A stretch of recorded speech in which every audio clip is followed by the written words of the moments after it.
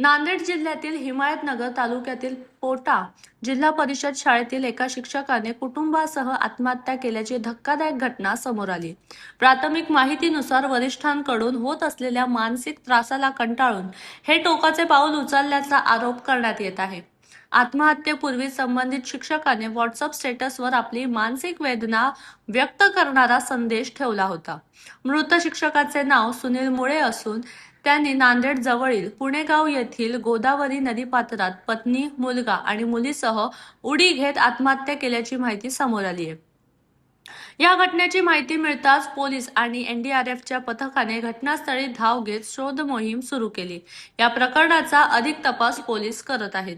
नमस्कार, मी पुणेगावचा पोलीस पाटील आहे। मला सकाळी 7:15 फोन आला की पुणेगावच्या आपल्या गोदावरी नदीच्या पुलावरून एक गाडी नदीमध्ये कोसळली आहे। मला जेव्हा फोन आला मी तात्काळ आमचे पीआय साहेब माननीय चिंचोलकर साहेब, आमचे तहसीलदार वाडकर साहेब यांना फोन केला व प्रशासनाच्या सहकार्याने मला साहेबांनी जे सांगितलं की बा तुम्ही जीवरक्षक दलाला कॉल करा, तलाठी मॅडमला कॉल करा आणि होईल तेवढं लवकर स्पॉटवर जा आणि काय आहे ते परिस्थितीची माहिती घेऊन आम्हाला द्या। मी तात्काळ साहेबाला फोन केला। साहेबाला फोन केल्या आमचे पोलीस प्रशासन तहसीलदार साहेबाच्या आदेशानुसार आली इथं आम्ही आलो आणि इथं आल्यावर आम्हाला कळालं की एक व्यक्ती त्या गाडीमध्ये होता आणि त्याच्यासोबत 2 मुलं असण्याची शक्यता आहे, एवढं आम्हाला या ठिकाणी आल्याला कळालं। गाडी कोणती होती आणि गाडी कोणी गाडी मुदखेड करून वाजेगावकडे जात होती। मग आमच्या इथे एक टर्न आहे, त्या टर्नावरून पुन्हा कल्ली आणि गाडी एवढ्या स्पीडमध्ये होती की ते साईडचे हे कठडे तोडून गाडीमध्ये पडली।